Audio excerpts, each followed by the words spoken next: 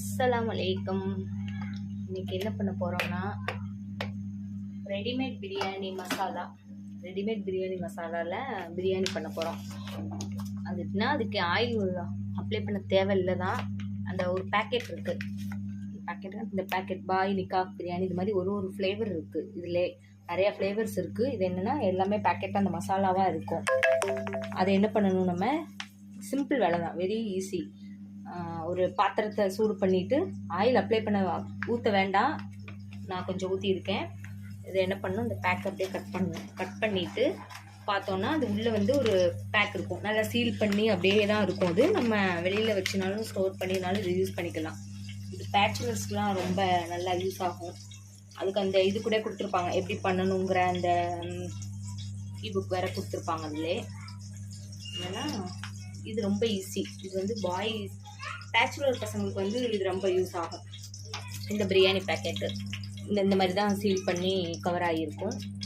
இது வந்து 3/4 கிலோ அளவுக்கு இந்த பிரியாணி நம்ம யூஸ் பண்ணிக்கலாம். இந்த மசாலாவை 3/4 கிலோ பிரியாணி அந்த குவான்டிட்டி அளவுக்கு நம்ம இதை யூஸ் பண்ணிக்கலாம்.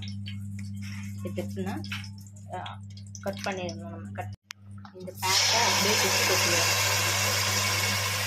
பேக்கெட்டை கொட்டினதுக்கப்புறம் இந்த மாதிரி தான் மசாலா இருக்கும். மசாலா வந்து இந்த மாதிரி தான் இருக்கும். நம்ம அதை எதுவுமே பண்ண வேண்டாம். இந்த மாதிரி அதில் இஞ்சி, பூண்டு, தக்காளி, வெங்காயம், மல்லி, புதினா எல்லா இன்க்ரீடியன்ஸுமே ஆட் பண்ணியிருப்பாங்க. பிரியாணிக்கு என்னென்ன தேவையோ எல்லாமே இதில் ஆட் பண்ணியிருப்பாங்க. லைட்டாக நம்ம இதை அந்த பச்சை ஸ்மெல் போடுறதுக்காக நம்ம இப்படி பண்ணிவிட்டு அப்புறம் நான் என்னென்னா இன்றைக்கி பீஃபில் பண்ண போகிறேன். பீஃப் பிரியாணி பண்ண போகிறேன். அது ஒரு குக்கரில் ஒரு 5-6 விசில் போட்டு பீஃப் எடுத்து வச்சுருக்கேன். நான் அப்புறங்க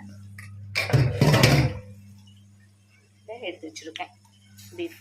இதை நம்ம என்ன பண்ணுவோம், இப்போ அரிசி ஊற வச்சுருக்கேன். நான் என்ன அரிசியில் இப்போ பண்ண போகிறேன்னா ஜீரக சம்பா, பாஸ்மதி ரைஸில் பண்ணலாம், எதுலனாலும் பண்ணலாம். நம்மளுக்கு என்ன தேவையோ அதில் பண்ணலாம். நான் இன்றைக்கி என்ன ஜீரக சம்பாவில் பண்ணலான்னு அது ஊற வச்சுருக்கேன். ஒரு 10 மினிட்ஸ் ஆகுது ஊற வச்சு. இது இங்கே ரெடி ஆகிட்டுருக்கு.